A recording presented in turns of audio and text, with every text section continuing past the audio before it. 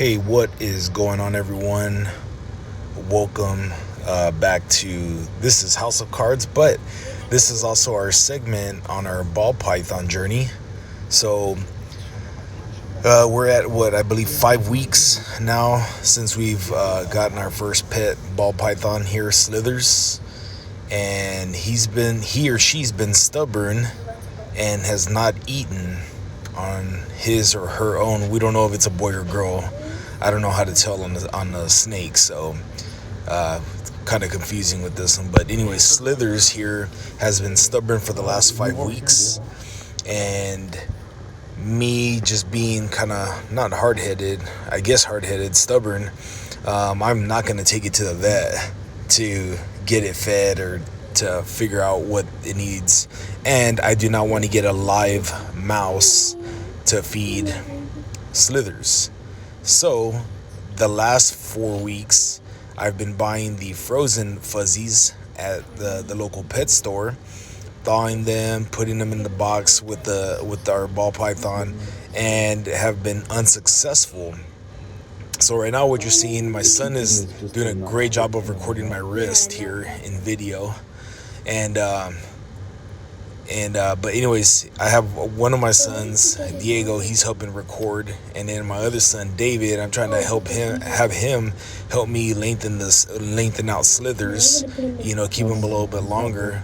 That way I can try to feed the fuzzy to Slithers and not injure Slithers at the same time. Then once I do get the fuzzy or the mouse down his throat, I gotta kind of massage it down into his stomach.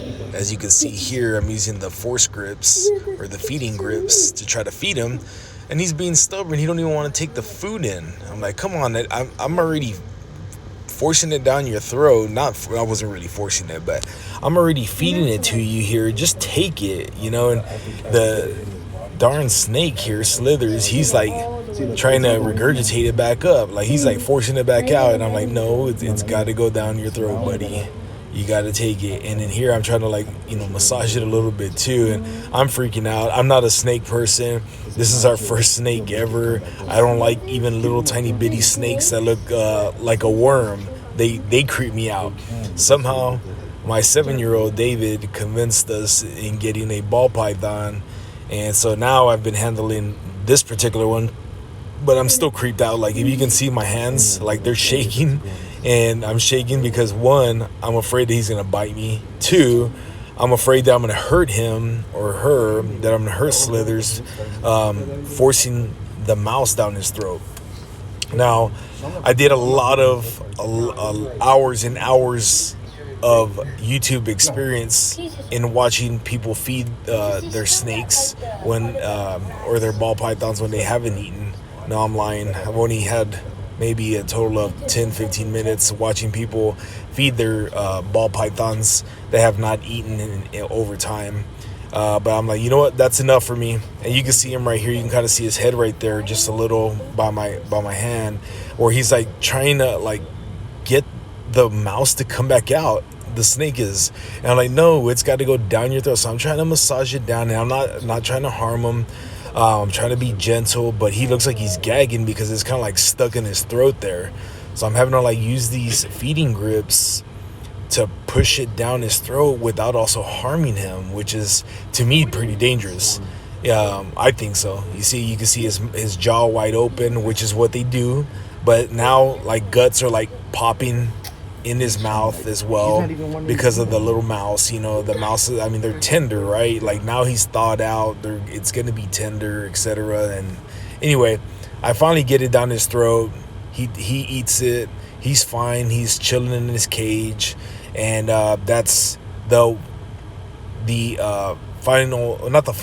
successful attempt of feeding Slithers in our journey of being ball python owners. But anyways, hopefully that was helpful for you guys. Well, not helpful, but hopefully you got a laugh, or not really a laugh, because this is a serious matter. We don't want him to die, of starvation. So I had to feed him. But hopefully y'all were able to take a little bit of laughs here, or kind of see what I had to do into feeding him. I've never done this before. This is my first ball python, my kid's first ball python, but now that becomes my ball python, right?